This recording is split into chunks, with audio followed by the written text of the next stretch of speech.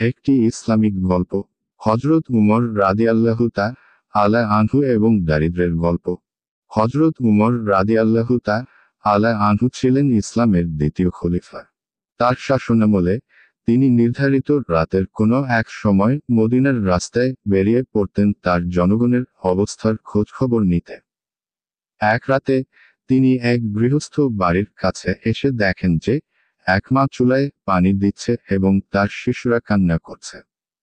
হযরত উমর রাদিয়াল্লাহু তাআলা আনহু কাছে এসে মাকে জিজ্ঞাসা করলেন, তোমার বাচ্চারা কেন কাঁদছে? মা উত্তর দিলেন, তারা ক্ষুধার্ত। আমি শুধু পানি ফুটাচ্ছি যাতে তারা মনে করে যে কিছু রান্না হচ্ছে এবং তারা ঘুমিয়ে পড়ে। এই কথা শুনে হযরত উমর রাদিয়াল্লাহু তাআলা আনহু তার সাহায্যকারী আসলামকে নিয়ে মদিনার খাদ্যাগার থেকে খাবার সংগ্রহ করলেন এবং নিজে সেই খাবার নিয়ে সেই মায়ের বাড়িতে গেলেন। তিনি নিজ হাতে খাবার রান্না করলেন এবং সেই পরিবারকে খাওয়ালেন। তারপর মায়ের প্রতি ক্ষমা চাইলেন এবং বললেন, খলিফা হিসেবে আমার দায়িত্ব সঠিকভাবে পালন করতে ব্যর্থ হয়েছি।